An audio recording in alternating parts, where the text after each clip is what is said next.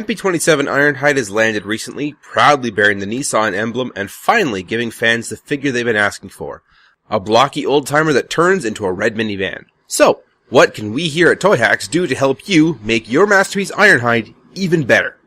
Well, let's start off with the vehicle. Both the headlights and the turn signals have had detailed labels applied to really give the appearance of actual lights.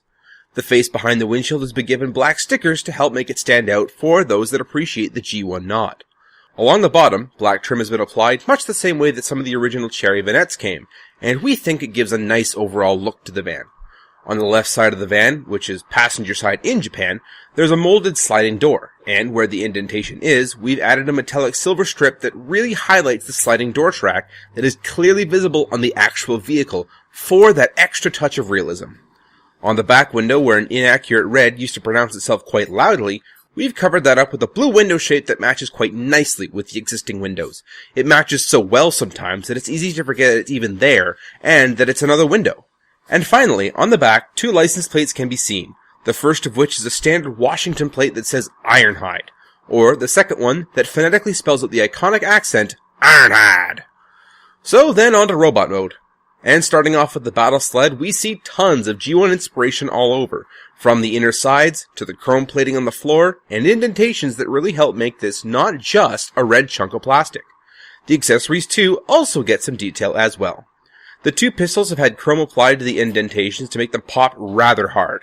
The main gun has had black circles applied to the top, and the rocket launcher also gets some G1 inspired attention.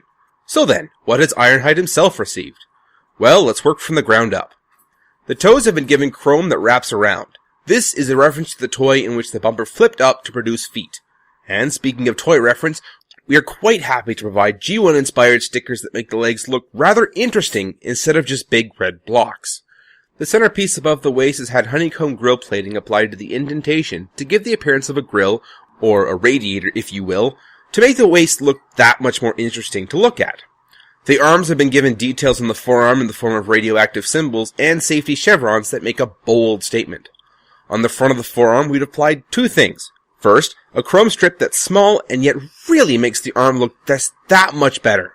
And second, a black and red rectangle. For those that are worried about losing functionality over applying these rectangles, do not worry. We have included a set that still retains access to the hole for things like the radar dish. And finally, a chest sticker that gives the illusion of inner workings. So that's been the labels for Masterpiece Ironhide. It's a set we're proud to release that helps add those little details that really bumps up the appearance of such a great figure.